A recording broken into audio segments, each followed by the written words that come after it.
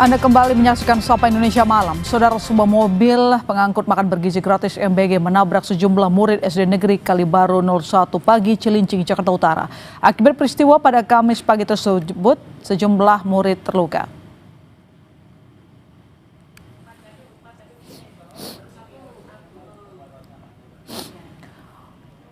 Kamera pemantau CCTV merekam detik-detik mobil SPG menerobos masuk halaman sekolah. Mobil tersebut menabrak sejumlah murid yang tengah menggelar kegiatan di halamannya. Sejumlah murid terluka langsung dibawa ke RSUD Cilincing dan Koja. Seorang pedagang sekaligus saksi mata mengungkap mobil MBG sempat terlihat meloncat sebelum menabrak pagar sekolah.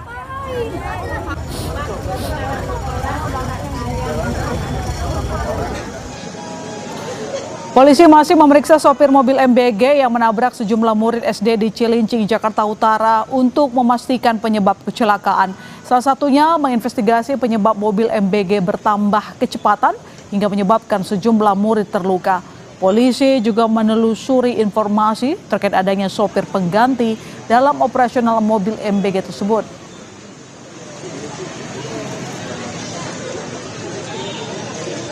Nah, ini yang kita faktor penyebab kenapa bertambah kecepatan, apakah salah injak pedal atau yang lain, ini masih kita dalam. Artinya belajar naik mobil bagaimana Pak? Pendalaman. Kalau SIM-nya sendiri keluaran 2001 ya. 2021. Infonya bukan supir yang biasa Pak, infonya supir ganti, itu benar nggak sih Pak? Ini masih kita dalam. Kepala Badan Gizi Nasional Dadan Hindayana mengungkap 22 orang jadi korban kecelakaan mobil MBG di SDN Negeri Kalibaru 01 pagi Kamis pagi. 11 korban sudah kembali ke rumah, sedangkan 11 lainnya masih dirawat di rumah sakit termasuk seorang guru.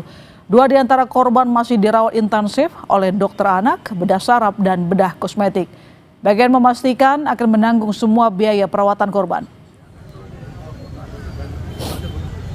Pak, nantinya apakah nanti akan ada evaluasi terkait dengan perekrutan supir atau pegawai-pegawai ini agar nantinya tidak jadi lagi, Pak? Anak keluarga mengharapkan adanya perbaikan SOP. Ya, tentu saja karena selama ini kan juga kita sudah lakukan, bahkan di dalam juknis kami sudah tertulis bahwa mobil sebelum digunakan untuk pengiriman itu wajib dicek setiap hari.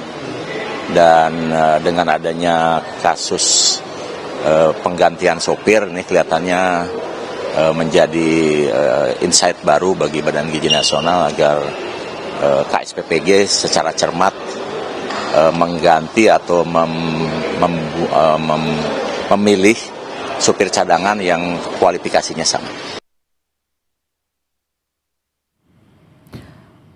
Penanganan korban kecelakaan mobil MBG, bagaimana evaluasinya? Kita tanyakan kepada Wakil Kepala Badan Gizi Nasional, Sony Sanjaya. Selamat malam, Pak Sony.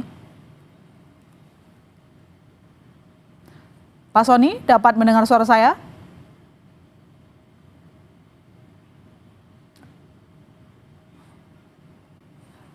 Pak Sony, selamat malam.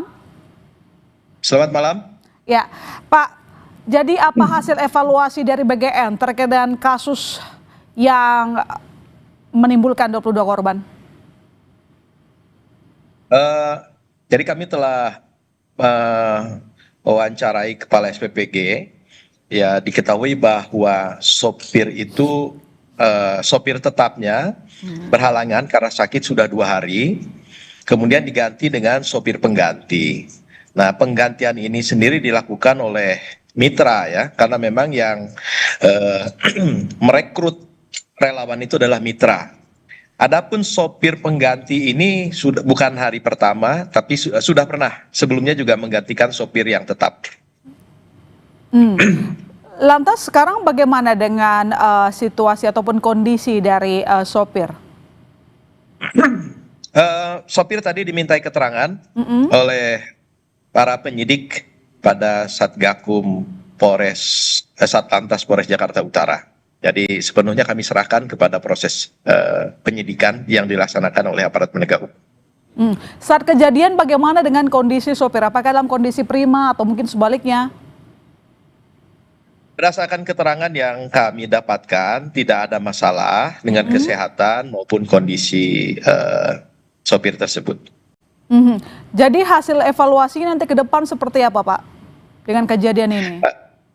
Baik, evaluasi bagi kami adalah bahwa mekanisme rekrutmen telah dilakukan secara baik dan sesuai dengan juknis. Hanya mungkin ada tambahan bagi kami, bagaimana apabila terjadi kendala seperti sopir tetap berhalangan. Jadi inilah yang harus kami tambahkan mekanisme untuk menyempurnakan mekanisme yang ada. Hmm. Jadi ini human error atau ada hal lain dari hasil evaluasi BGN?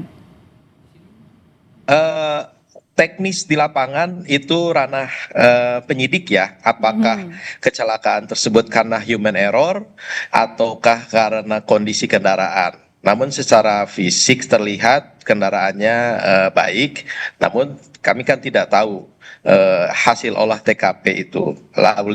Polisi lalu lintas yang punya kemampuan dan punya kewenangan untuk menyampaikan itu. Selama ini SOP-nya seperti apa sih Pak untuk melibatkan SDM dalam program ini, termasuk memilih sopir? Jadi sopir itu merupakan bagian dari 47 tenaga relawan yang direkrut oleh Mitra.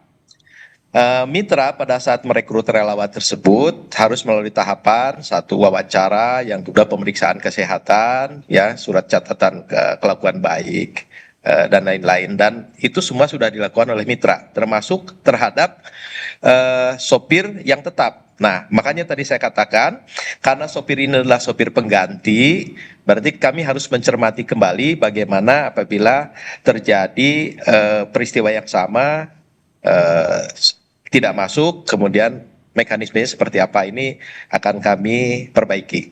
Perbaiki mekanisme yang Pak Sony sebutkan, artinya apakah nanti akan penambahan poin-poin dalam SOP kalau misalnya seperti kejadian ini tidak ada sopir tetap maka kemudian direkrut sopir pengganti? Betul. Jadi kan permasalahan tidak sederhana itu. Ketika sopir tetap sudah ada, maka mereka diberikan honor.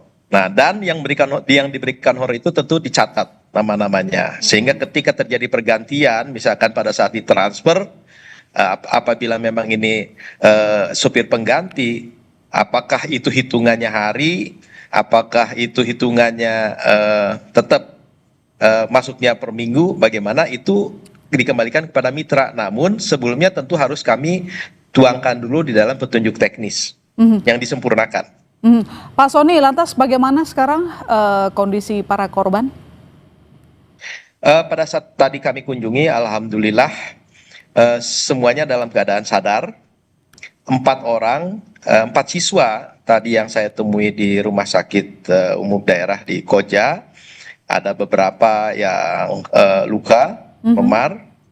Itu yang dikelompokkan luka serius. Kemudian 1 guru mengalami patah kaki kalau tidak salah. Tadi saya tidak sempat bertemu karena masih dalam tindakan ronsel. Kemudian sebagian dirawat di rumah sakit di Cilicing. Tadi ada 2 yang masih dalam penanganan intensif. Yang lainnya sudah dikumpulkan tadi di aula. Bahkan tadi diberikan tindakan trauma healing. Trauma healing dalam keadaan santai, menonton TV, kemudian berkumpul dengan keluarga. Nah, tadi juga sudah langsung saya ajak bincang-bincang anak-anak tersebut. Lantas bagaimana penanganan ataupun biaya perawatan, Pak? Apakah memang BGN akan ambil alih? Tadi sudah saya sampaikan kepada Direktur RSUD kedua rumah sakit tersebut, kami minta anak-anak kita diberikan perawatan yang maksimal, yang optimal, yang terbaik, dan apabila pun dirawat, tolong ditempatkan pada ruangan yang terbaik. Pak Sony, biaya BGN berkomitmen untuk menanggung biaya tersebut. Oke, Pak Sony, lantas atas kejadian ini, apakah BGN akan mengevaluasi mitra SPPG yang terlibat? Tentu kami ajak komunikasi untuk melakukan pendalaman, karena ini merupakan bagian dari evaluasi internal untuk meningkatkan kualitas pelayanan dan operasional. Baik, terima kasih Pak Sony telah berbagi di Sapa Indonesia Malam. Selamat malam Pak Sony.